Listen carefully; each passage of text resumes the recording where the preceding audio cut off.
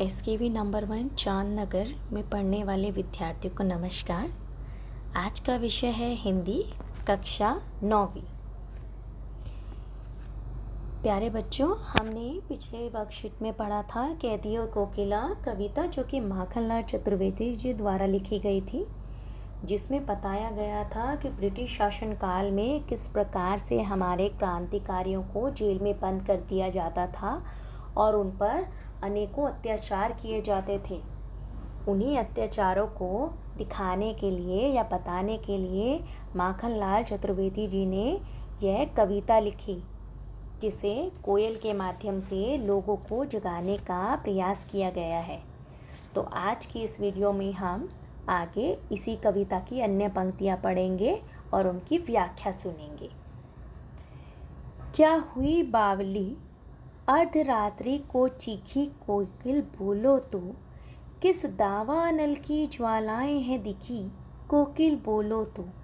यहाँ पे कवि ने कोयल से कहा है कि जिस प्रकार से कोयल रात को आकर गा रही है, बोल रही है, तो कवि को लगता है कहीं वह बावली तो नहीं हो गई। उसे संदेह है, कवि को संदेह कहीं उसने जंगल में, दावानल मतलब जंगल, वहाँ उसने जंगल में लगी आग तो नहीं देख ली जिससे वह पागल सी हो गई है, इसीलिए वह रात को कूकने लगी है, गाने लगी है। क्योंकि कोयल तो हमेशा सवेरे या दिन के समय ही गाती है, तो रात के समय गाना ऐसा लगता है जैसे मानो उसने जंगल में कोई आग देख ली हो। क्या देख न सकती जंजीरों का गहना, हथकड़ियाँ क्यों ये ब्रिटिश राज का गहना, कोहलू का चरक जो जीवन की तान, मिट्टी पर उंगलियों ने लिखे गान, हूँ मोट खींचता लगा पेट का जुआं, खाली करता हूँ ब्रिटिश अकड़ का कुआं, दिन में करुणा क्यों जगे रुलाने वाली, इसलिए रात में गजब ढा रही आली। यहाँ पर कवि कहना चाहता है, हे कोकिल, हे कोयल, तुम्हें हमारे पैरों में पड़ी इन बेड़ियों को देख रही हो।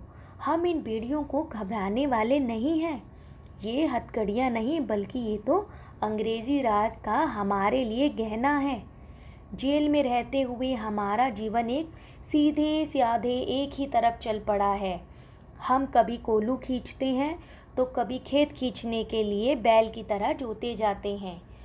कोल्हू खींचने या चलने के मधुर संगीत हमारे कानों में पड़ता है। जो ये चूरक चर वाली आवाज़ है, ये कोल्हू को खींचने वाली आवाज़ है। हम दिन रात खेतों में भीतर खून पसीना बहाकर अनाज पैदा करते हैं। हम पेट पर मोट बांधकर कुओं से पानी निकालते हैं, मतलब रस्सी बांधकर। इस प्रकार हम अंग्रेजी साम्राज्य की अकड़ निकाल रहे हैं। तुम घबराओ नहीं, हम तो उन लोगों को सबक सिखाना चाहते हैं।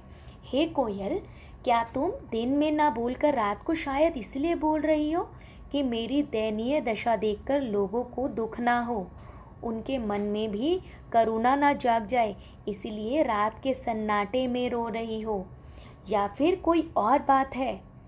इस शांत समय में अंधकार को भेद रही हो, रो रही हो क्यों, कोकिल बोलो तो। चुपचाप मधुर विद्रोह बीज इस भांति बो रही हो क्यों, कोकिल बोलो तो।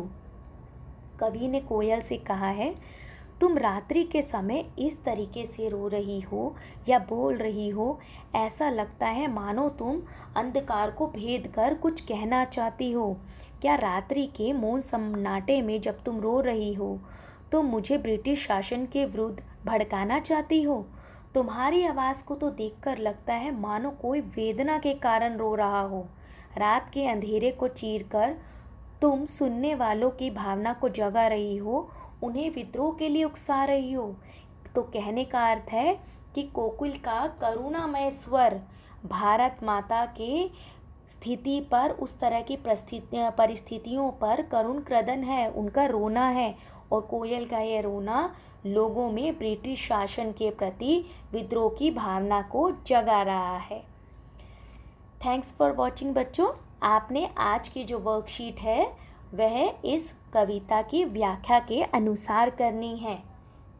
ठीक है बच्चों, तो आपको जो प्रश्न उत्तर दिए हैं वह ध्यान से कीजिएगा।